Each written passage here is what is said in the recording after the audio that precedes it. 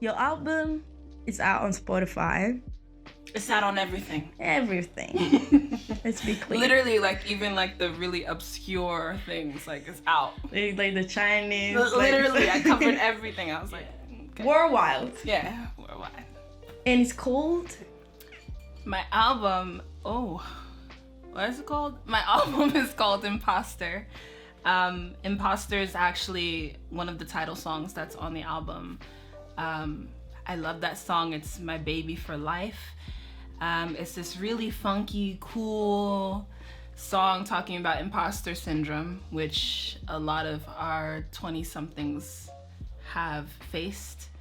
And it's kind of a weird, cool song about me talking to myself in the mirror. And it's kind of like a creepy vibe, kind of like a weird vibe. But the ending is nice. I recommend it. Why do you feel you had this imposter syndrome? Did you felt it before, like, writing it, or you saw it a lot around yourself and you felt compelled to talk about it? What was the idea behind it? My imposter syndrome, I don't think is any more special than everyone else's imposter syndrome. I feel like we're all going through this specific moment in time where we're all feeling like we're not good enough for the things that we know that we're talented at. You know, the kind of imposter syndrome that affects me, which, like I said, is not special, is the fact where I know that I'm talented. I know I'm amazing. I really do. But at the same time, there's a battling thought at all times that's like, but are you though? You know? It's like, so like, okay, I'm making this album and I love this music. You know, I think it's the coolest music in the world. I have, you know, alternative pop that meets R&B, that meets funk, that meets... I think it's cool when I listen to it, you know? It's something new. Yeah, very new. You know, it takes from a bunch of inspirations and creates this thing that I really love. But at the same time, I'm like, but it has to be perfect. So High Rise, which is the song that I perform live in the Oracma Studio's live session, that song had been written when I was with the last guy I dated, which was 2 years ago, like 3 years ago. You know, like that song was done. It took you some time. It took me some time to like finally get to the point where I was like, you know what?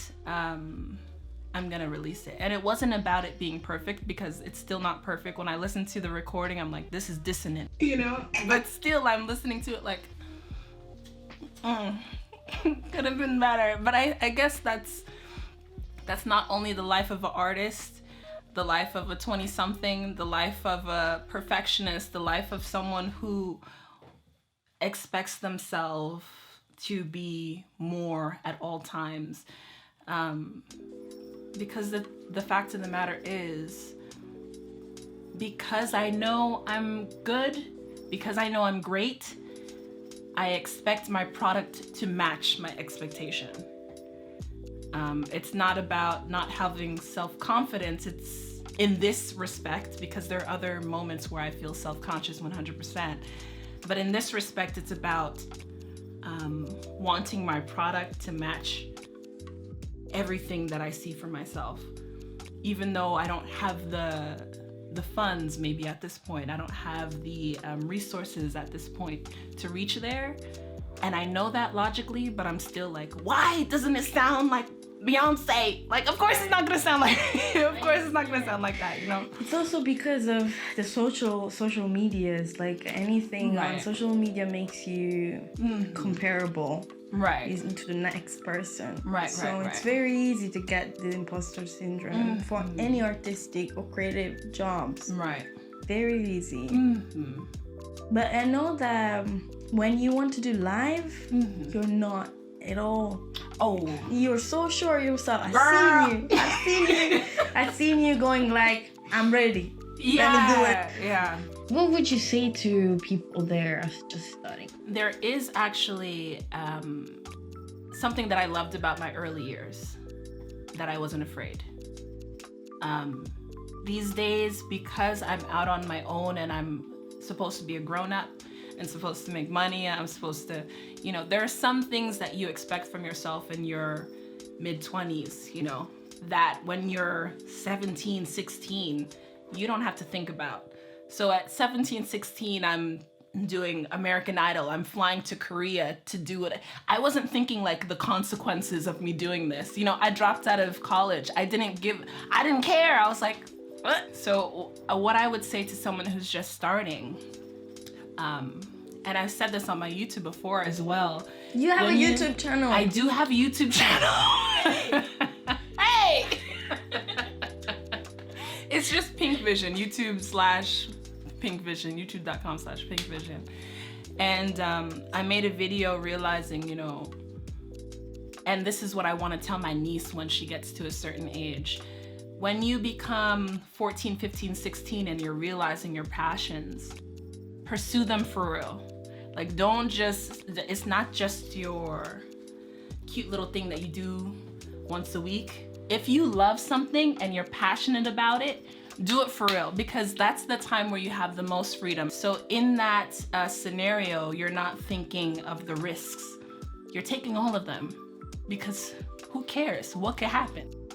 And you're building, because guess what? Now, okay, it would be more relevant for me to say this if American Idol was still running and still cool. But at when I turned 15, I think it was 15, I was on that show. That's good for your resume. That's good for you. What? Are you kidding? That's really good. Like, yeah, right. And I came home with the story. Like, I met Jennifer Lopez. She said she likes my voice. Like, that's a cool thing to be able to say at this point. So what I'm saying is, like, when you're that age and you have nothing holding you back, go hard for it. Because guess what? You're building something that's gonna be so meaningful for you when you're at the age where you're like, now I need to make money off of this. Guess what? When you were 15, 16, 17, you actually were doing real things. You were doing it for fun at the time, but now it can actually apply to your life, and that's a beautiful, beautiful thing. So that is my advice. I think that was your question. What's your advice for young people? Yeah, exactly. That's perfect. Yeah, go hard. Don't sleep on your talents and your passions, because they will feed you. They will feed you 100%. When you have to do a new song, does it take you a long time to get to do it?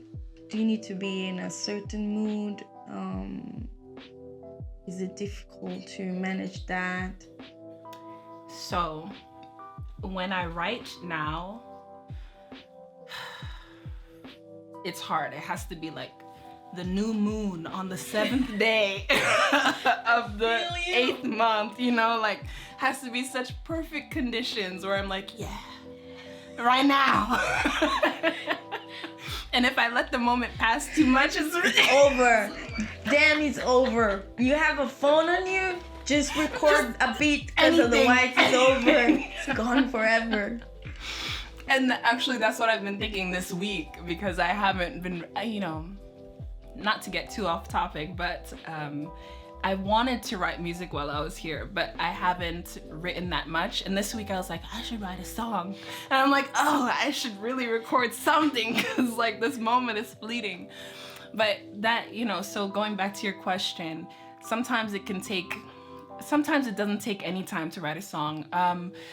On my first release was Follow Me. There were 3 songs on it. Dang. I'm forgetting the names of my own songs. Wow. Happens to me. I forget also the lyrics. Oh, it's embarrassing. Oh, no. I'm forgetting the name of that EP release. But anyways, it has a name. Maybe it doesn't. I'm not sure. Put it in front of you. Yeah. The EP name, okay? Yeah. So that first release has 3 songs on it. And one of them is Follow Me, which is the title track for that first EP release. And that song was so quick. It's a cute little ballad, really poppy, really fun. But even those kinds of songs take people time to write. I try not to be too hard on my music. These are things that I'm learning step by step. I'm learning not to be a perfectionist. That's why the last 2 double EP release even came out, because I know that there are issues with it. Even me saying this right now is a little bit of a perfectionist thing, because I'm like guarding myself. Yeah, you know. I'm trying to guard myself by saying that. But what I realize is that to follow joy in music is to do what I can to the best of my ability. And then once it starts making me upset and angry and sad and depressed, that it's not to the point where I'm like, no, I can't let it get to that point. I do as much as I can, make it as beautiful as I can do, and then let it go. Because so many people have made it a good point to me that not everyone is a musician with my listening ear.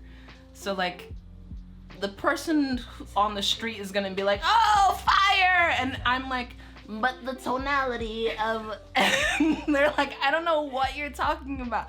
So it's good for you to just drop it, just leave it. And also for your own self, for your own joy. Exactly. Where is the joy in you keeping a song for however long and then feeling like, oh, it's not good enough, I'm not gonna. There's no joy in that. And the reason why I do that is for joy. A lesson that I've learned, also because of when I was younger, the money comes when you're following joy. Joy is literally the only thing. Joy is I'm gonna say something. I'm gonna say something real right now. I believe that one of the purposes, the core purposes of all human life, not just my life, is to follow joy. And it's that simple. If we're not trying to have a joyful life, then what are we doing? What's the point? It doesn't make sense. Right. And joy. So when I was younger, I wasn't thinking about money exactly. Money is nice because like, oh, money, you know?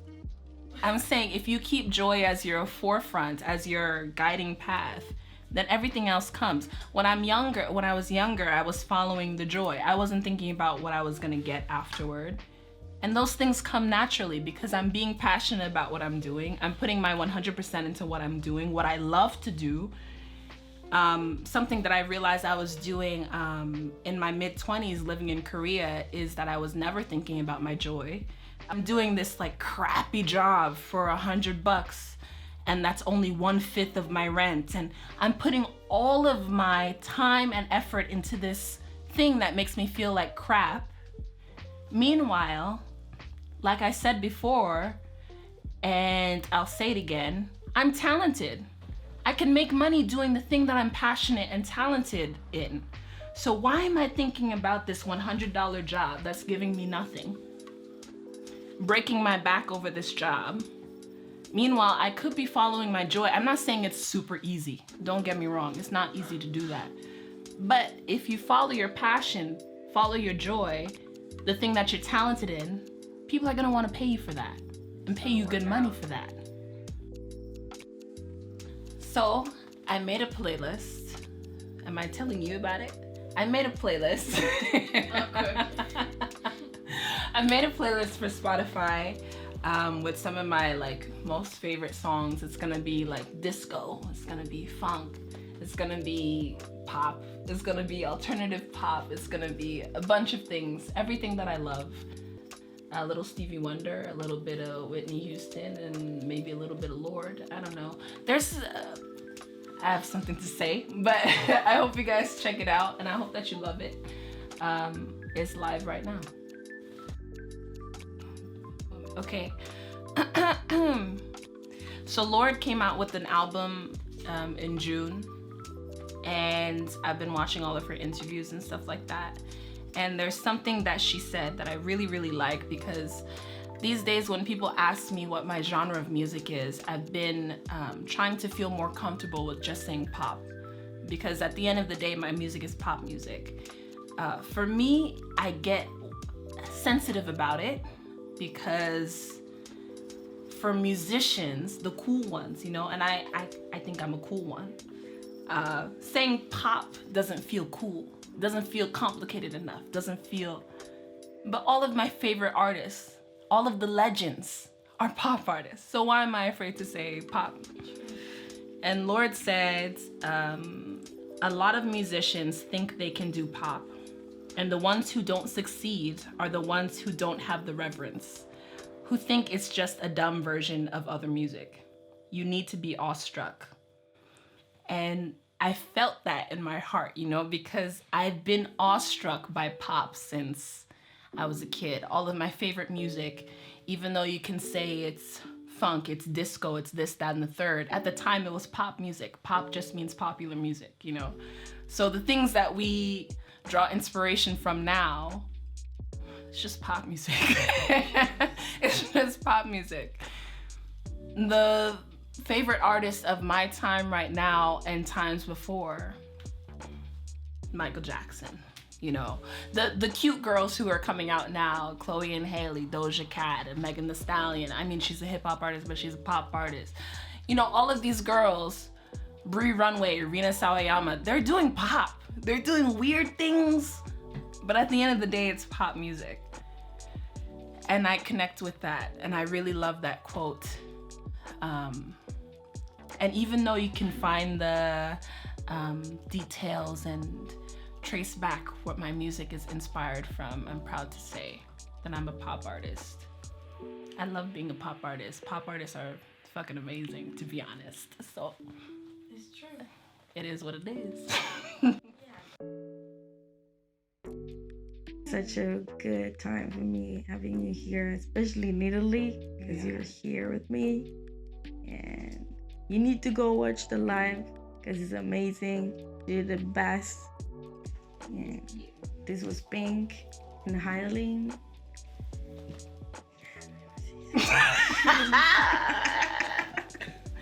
Bye, guys.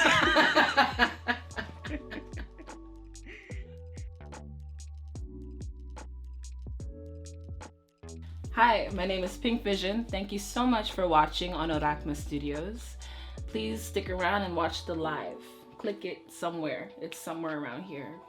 I don't know. I love you guys. Hope to see you again soon. Bye.